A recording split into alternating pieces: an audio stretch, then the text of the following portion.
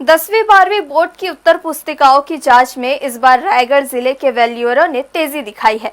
माध्यमिक शिक्षा मंडल द्वारा कॉपी जांच के लिए 17 अप्रैल तक की समय सीमा तय की गई थी, मगर रायगढ़ के दोनों ही मूल्यांकन केंद्रों में 3 दिन पहले ही कॉपी जांच का काम पूरा कर लिया गया है। अंतिम दिन सिर्फ यहां संस्कृत विषय की कॉपी के जांच का काम किया गया।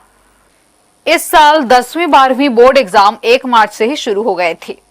12वीं की परीक्षा 1 मार्च से शुरू होकर 28 मार्च तक चली, वहीं 10वीं के एग्जाम 3 मार्च से शुरू होकर 24 मार्च को खत्म हुई। इस बीच माध्यमिक शिक्षा मंडल के निर्देश पर पहले से ही उत्तर पुस्तिकाओं की जांच का काम शुरू कर दिया गया है।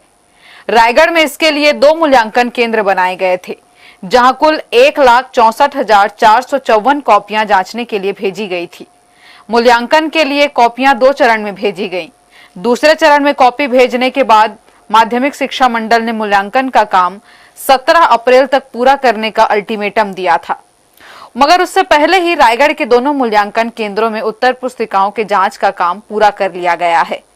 सोमवार को दोनों केंद्रों में केवल संस्कृत की कॉपियां जांचने के लिए ही वैल्यूअर पहुंचे थे।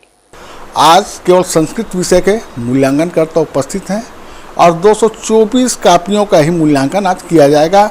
उसके बाद हमारे यहाँ मूल्यांकन का कार्य पूरी तरह पूर्ण हो जाएगा, हाई स्कूल का भी और हायर सेकेंडरी का भी।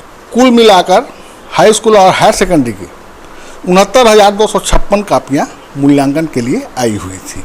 पूरी जो समय सीमा तय की गई है बोर्ड द्वारा, उस समय सीमा से पहले हमारे यहाँ मूल्यांकन कार्य पूरा हो चुका है।